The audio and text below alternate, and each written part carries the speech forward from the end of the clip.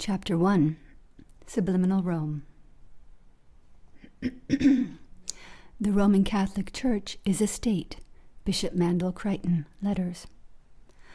When a Pulitzer Prize-winning reporter announced in his 1992 Time magazine cover story that a conspiracy binding President Ronald Reagan and Pope John Paul II into a secret holy alliance had brought about the demise of communism, at least one reader saw through the hype. Professor Carol A. Brown of the University of Massachusetts fired off a letter to Time's editors saying, "Last week I taught my students about the separation of church and state. This week I learned that the Pope is running U.S. foreign policy. No wonder our young people are cynical about American ideals." What Brown had learned from Carl Bernstein, I had discovered for myself over several years of private investigation. The papacy really does run United States foreign policy, and always has.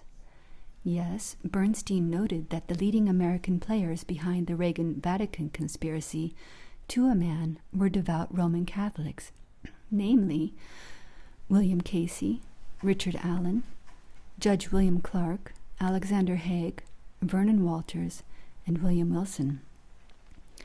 But the reporter neglected to mention that the entire Senate Foreign Relations Committee was governed by Roman Catholics as well, specifically Senators Joe Biden, Paul Sarbanes, Daniel P. Moynihan, John Kerry, and Christopher Dodd.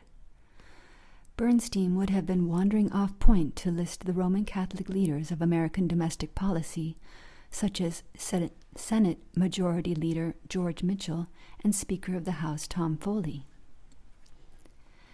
In fact, when the Holy Alliance story hit the stands, there was virtually no arena of federal legislative activity, according to the 1992 World Almanac of U.S. Foreign Politics, that was not directly controlled by Roman Catholic senators or representatives. The committees and subcommittees of the United States Senate and House of Representatives governing commerce, communications and telecommunications, energy, medicine, health, education, welfare, human services, consumer protection, finance, financial institutions, transportation, labor and unemployment, hazardous materials, taxation, bank regulation, currency and monetary policy, oversight of the Federal Reserve System, commodity prices, rents, services, small business administration, urban affairs, European affairs, Near Eastern 6K South Asian affairs, terrorism, narcotics, international communications, international economic trade, oceans, environmental policy, insurance, housing, community development, federal loan guarantees, economic stabilization measures, including wage and price controls, gold and precious metals transactions, agriculture, animal and forestry industries, rural issues, nutrition, price supports, food for peace, agricultural exports, soil conservation, irrigation, stream channelization, flood control, minority enterprise, environment and pollution, appropriations, defense, foreign operations, vaccines, drug labeling and packaging, drug and alcohol abuse, inspection and certification of fish and processed food, use of vitamins and saccharin, national health insurance, proposals, human services, legal services, family relations, the arts and humanities, the handicapped and aging. In other words, virtually every aspect of secular life in America came under the chairmanship of one of these Roman Catholic laypersons. Vatican Council IPS Constitution on the Church, 1964, instructs politicians to use their secular offices to advance the cause of Roman Catholicism. Catholic laypersons, whoever they are called upon to expend all their energy for the growth of the Church and its continuous sanctification.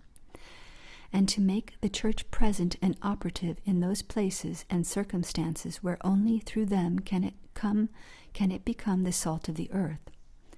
433.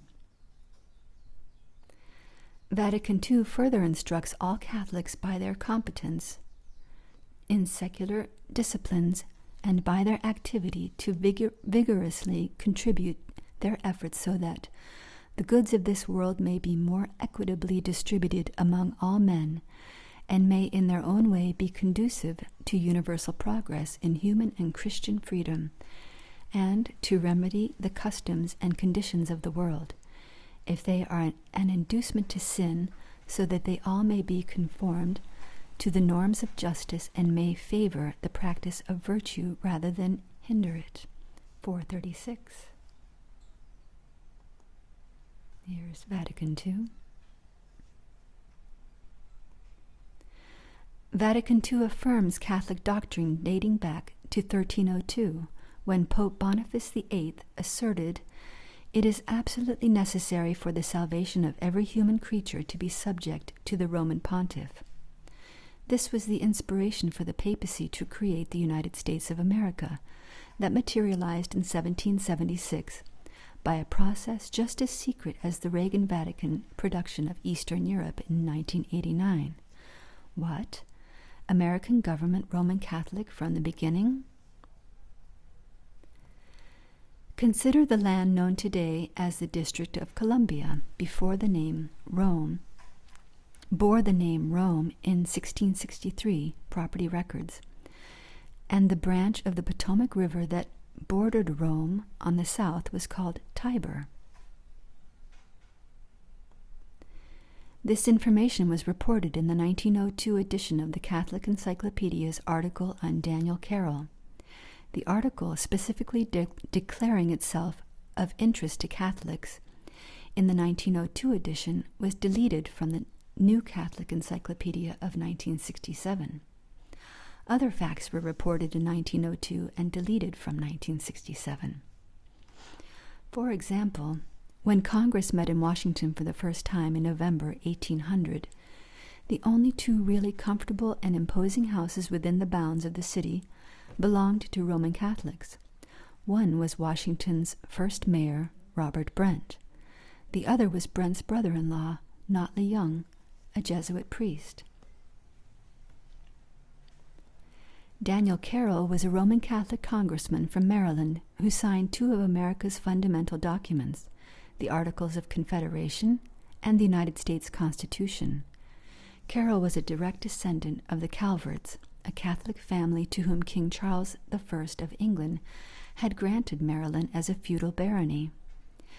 Carroll had received his education at St. Omer's Jesuit College in Flanders, where young English-speaking Catholics were trained in a variety of guerrilla techniques for advancing the cause of Roman Catholicism among hostile Protestants. In 1790, President George Washington, a Protestant, appointed Congressman Carroll to head a commission of 3 men to select land for the federal city, called for in the Constitution. Of all places, the commission chose Rome, which at the time consisted of 4 farms, one of which belonged to Daniel Carroll. It was upon Carroll's farm that this new government chose to erect the most important building, the Capitol.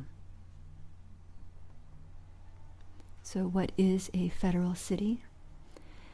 Another point not to be overlooked is within the word federation, from Latin fidus, for covenant. A covenant is a signed written agreement between 2 or more parties, and is related in all obviousness to the Ark of the Covenant, meaning rulership by coven. Arche, ark means ruler. This has to do with land, title, and ownership as shown in the medieval Latin fedum, meaning land or property that is bestowed upon one in return for services rendered.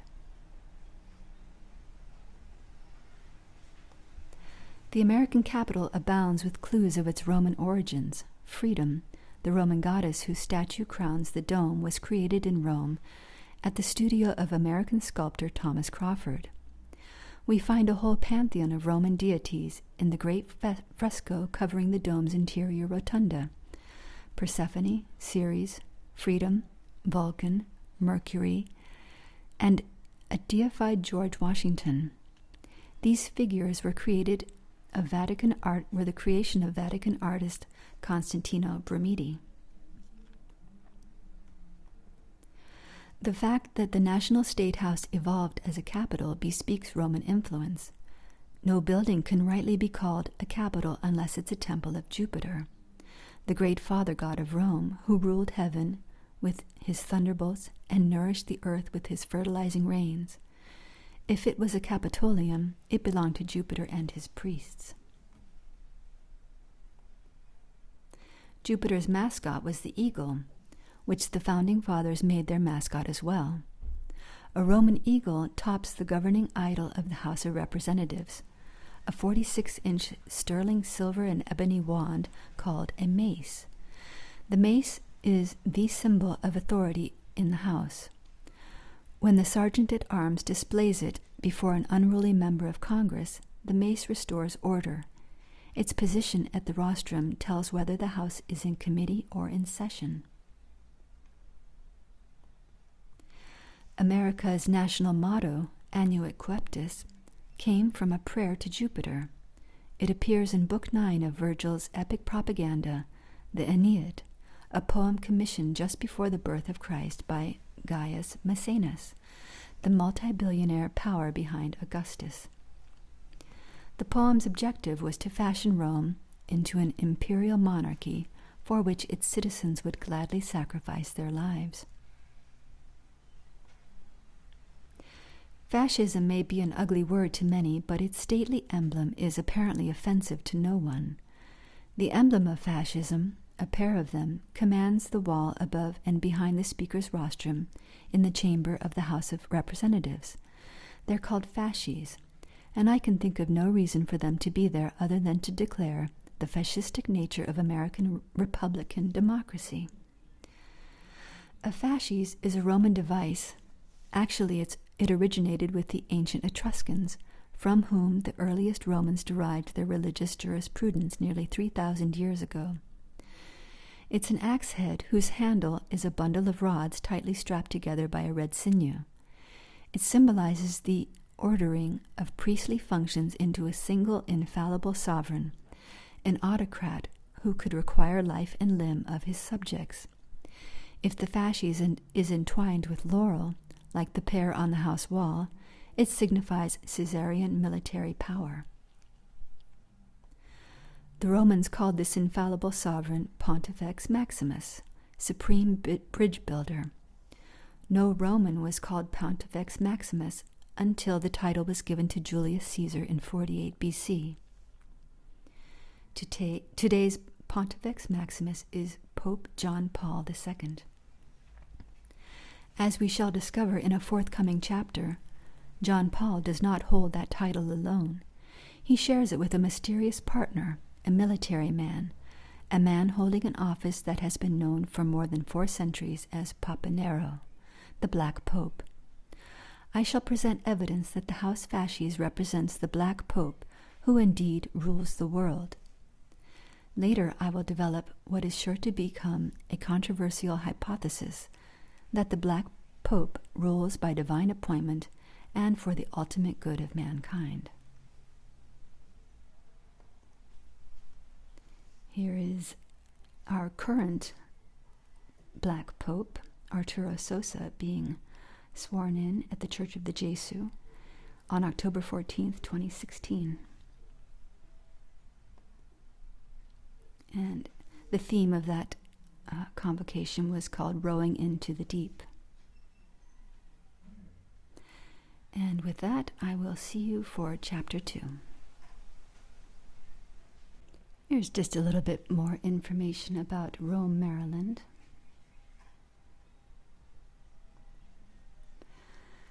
I find it interesting that the feast day of St. Corona was forever stamped on the capital's transition from Philadelphia to Washington, D.C. On May 14, 1800, the 6th United States Congress recesses and the process of moving the U.S. government from Philadelphia to Washington begins the following day. And remember the words, according to the Roman liturgical calendar, any cause initiated on a saint's feast day is especially worthy of the saint's attention. Here's Notley Young's property on the south side of the mall. And I looked a little more into it and found this. Before the federal government's survey and appropriation of the District of Columbia, most of what is now Southwest Waterfront was part of a large slave plantation owned by the Jesuit priest Notley Young. And in 1968, the Titanic Memorial was moved to Washington Channel, the Southwest Waterfront. The Titanic Memorial is a granite statue in Washington, D.C. that honors the men who gave their lives so that women and children might be saved during the RMS Titanic disaster. The 13-foot-tall figure is of a partly clad male figure with arms outstretched, standing on a square base. And here it is in the movie. It was designed by Gertrude Vanderbilt Whitney, who looks like an elite transgender. Here is his property today. Washington, D.C. isn't a state, it's a district. D.C. stands for District of Columbia. Its creation comes directly from the U.S. Constitution, which provides that the district not exceeding 10 miles square would become the seat of the government of the United States.